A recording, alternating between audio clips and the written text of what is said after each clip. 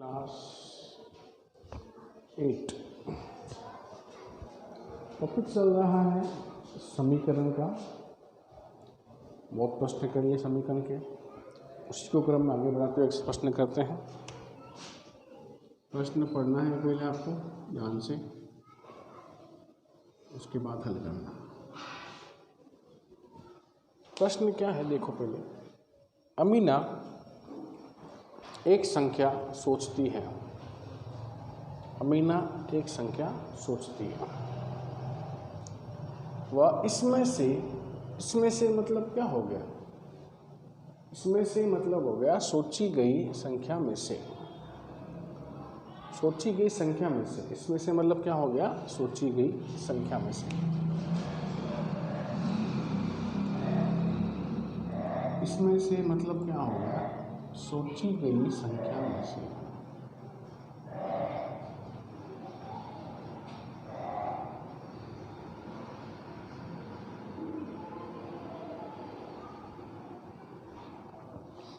इसमें से मतलब क्या हो गया? सोची गई संख्या में से 5/2 घटाकर कितना घटाती है? 5/2 संख्या सोचती है।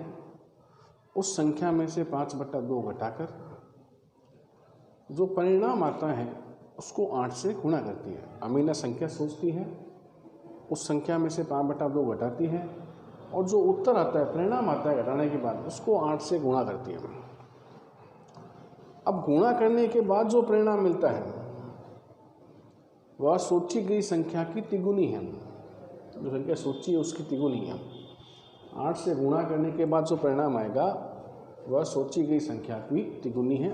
सोची गई संख्या ज्ञात करो। सोची गई संख्या ज्ञात करनी है। माना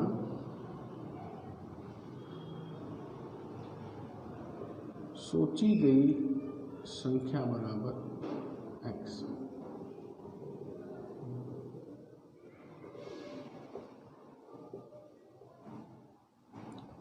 माना सोची गई संख्या बराबर x। सोची गई संख्या मान लेंगे x।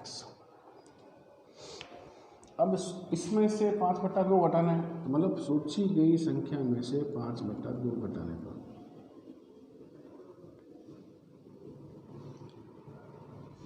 सोची गई संख्या में से 5/2 घटाने पर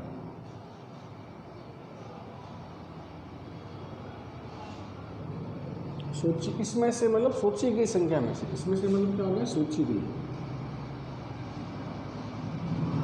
गई संख्या में से 5/2 घटाने पर सोचा क्या आपने? x। कितना घटाया इसमें से? 5/2।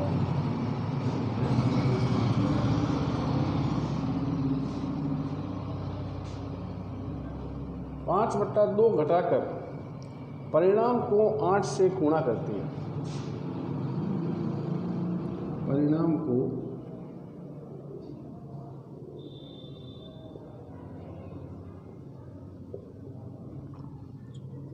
8 से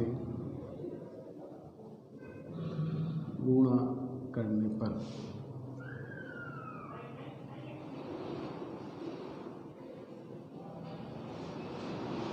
सोची गई संख्या में से 5/2 घटाएगी। 5/2 घटाने के बाद जो परिणाम आया उस परिणाम को 8 से गुणा करनी है। परिणाम क्या आया? परिणाम आया x - 5/2। इसको 8 से गुणा करनी है, तो 8 की गुणा x से भी करनी है और 8 की गुणा 5/2 दोनों से करनी है। गुणा कर लेते हैं। 8 को x से गुणा और 5/2 को 8 से गुणा। दोनों को 8 से गुणा करनी है। x को भी 8 से गुणा करनी है, 5/2 को भी 8 से गुणा करनी है। तो 8 × x क्या आ गया? 8x। 2 से काटो 4 बार, 5 × 4 तो 8x - 20। क्या आया? 8x - 20। कौन सा परिणाम आया? ये परिणाम को 8 से गुणा करने पर आया। परिणाम को 8 से गुणा करने पर 8x - 20 आया। अब जो परिणाम मिलता है वह सोची गई संख्या की तुगनी है। तिगुनी मतलब 3 गुनी, 3 से गुणा। तिगुनी मतलब क्या होता है? 3 से गुणा।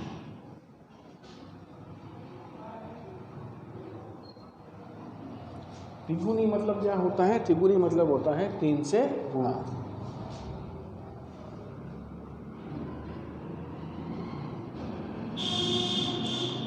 सोची गई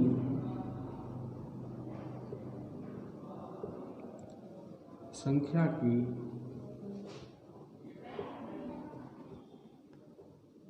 तिगुनी। सोचा क्या था? x। तिगुनी मतलब 3 से गुणा। तो क्या आ गया यहाँ पे? 3x। क्या आ गया यहाँ पे? 3x। रिपीट करो एक बार और देख लो क्या कह रहा है। अमीना एक संख्या सोचती है। अमीना एक संख्या सोचती है। तो अपन ने सोचा क्या? सोची की संख्या क्या मान ली अपन ने? x मान ली। सोची की संख्या मान ली x। अब कह रहा है इसमें से 5/2 घटाकर इसमें से, मतलब किसमें से?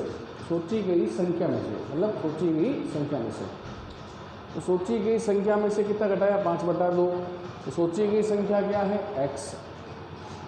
कितना घटाना है? 5/2। x - 5/2। परिणाम को 8 से गुणा करती है। परिणाम को 8 से गुणा। परिणाम क्या आया? x - 5/2। 8 से गुणा करनी है तो 8 की गुणा x से करनी है और 5/2 से भी करनी है। तो 8x और ये कट गया 520। 8x - 20। अब जो परिणाम मिलता है वो सोची गई संख्या का तिगुना है। सोची गई संख्या की तिगुनी। सोचा क्या आपने? x तिगुना 3x। तो अब जो परिणाम मिलता है, परिणाम क्या मिला आपको? 8x - 20 मिला। वो क्या है? परिणाम क्या मिला? 8x - 20 मिला। सोची गई संख्या का द्विगुना है। तो 8x - 20 बराबर क्या हो गया? 3x। ये कौन सा पद हो गया? चर। और 20 केवल संख्या है, कौन सा पद हो गया? अचर। और यहाँ 3x लगा हुआ, ये भी कौन सा हो गया? चर। तो ये लेफ्ट हैंड साइड हो गया और ये राइट हैंड साइड हो गया। लेफ्ट हैंड साइड में एक चर अचर है, राइट साइड में एक चर है केवल, अचर नहीं है। तो जब समीकरण को हल करोगे तो चर को चर के पास लाना पड़ेगा, अचर उधर भेजना पड़ेगा आपको।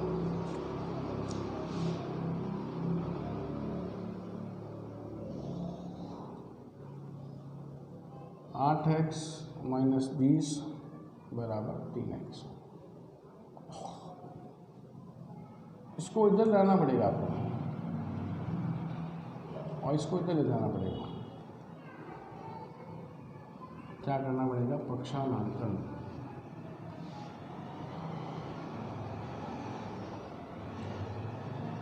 8x + 3x क्या बन गया? -3x।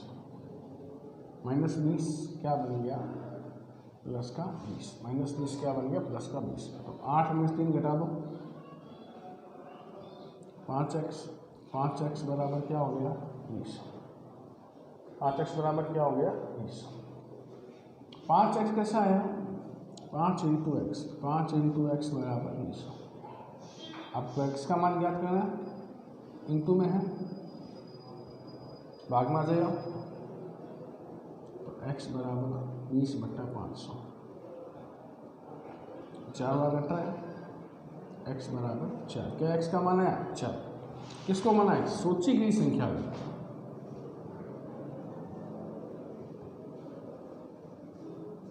सोची गई संख्या कितनी आ गई? 4। सोची गई संख्या कितनी आ गई? 4।